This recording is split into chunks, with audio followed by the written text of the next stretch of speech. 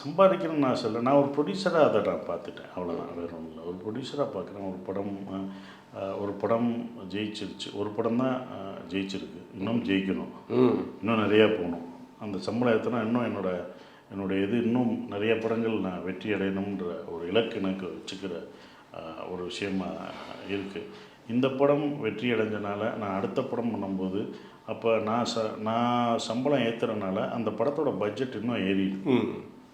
அப்போ இது வெற்றி எதனால் வந்ததுன்னா, இதோட லோ பட்ஜெட், இதோட பட்ஜெட் கம்மியாக இருந்ததுனால அந்த இவ்வளோ பெரிய வெற்றி கிடச்சிருக்கு.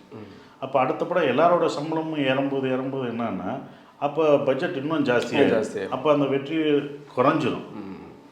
ஸோ அப்போ நான் அது ஒரு ப்ரொடியூசர் பாயிண்ட் ஆஃப் வியூவில் தான் அதை நான் சொன்னேன், அவ்வளோதான்.